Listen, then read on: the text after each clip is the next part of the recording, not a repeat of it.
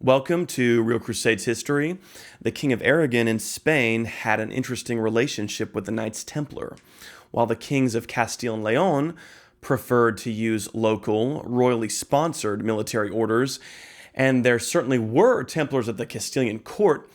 Templar activity in the crusade to push the Muslims out of Aragon remained fairly high through the 12th and 13th centuries.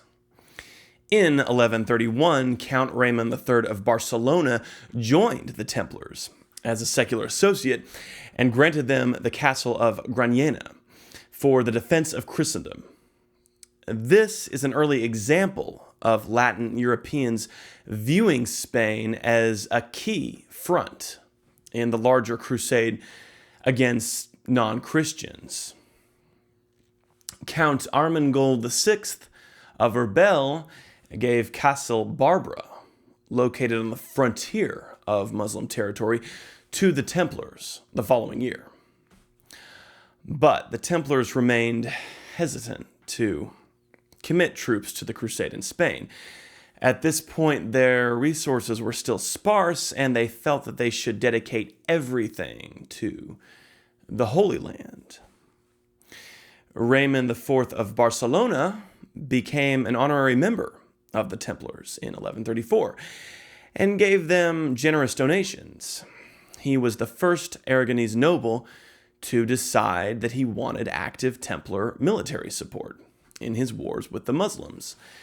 So he did all that he could to persuade them to commit troops to his campaigns. In 1143, Raymond IV united his county to the crown of Aragon with their ally. In such a prestigious position, the Templars entered into the Spanish Crusade in force. Alfonso I of Aragon was passionate about the crusade, himself dreaming of going to Jerusalem, though he was preoccupied leading multiple successful campaigns against the Muslims in his own country. Alfonso I's devotion was such that he left all of his kingdom to the military orders, a third going to the Templars. Raymond IV's agreement with the Templars was that he would support the order, giving it a fifth of the property taken in the Crusades. The Templars would get 100 sous a year from Zaragoza.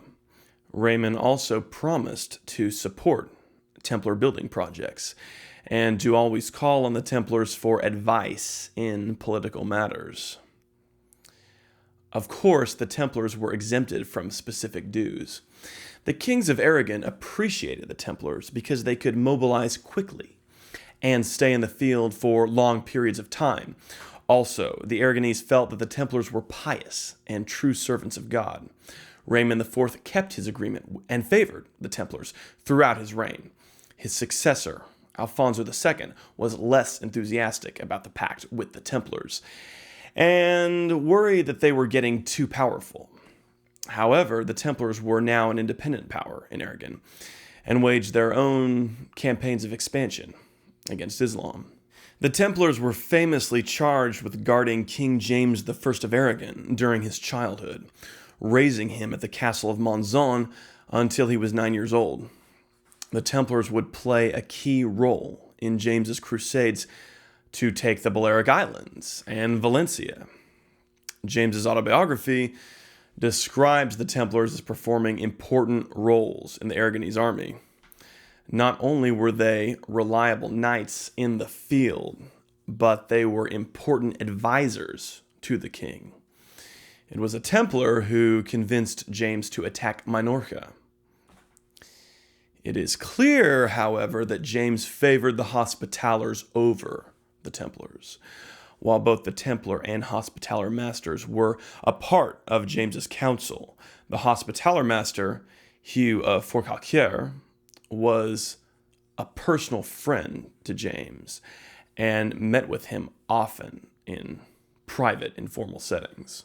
At the end of the 13th century, the Templars were less able to meet the expectations of the Aragonese king. Loss of lands in Outremer had reduced their resources greatly. Ultimately, once the trial got underway in France, the Aragonese would incorporate former Templars into local military orders. But the role of the Templars in Aragon Catalonia would become a thing of legend, immortalized in the national memory of Templar valor in the many successful Crusades to push Islam out of Iberia.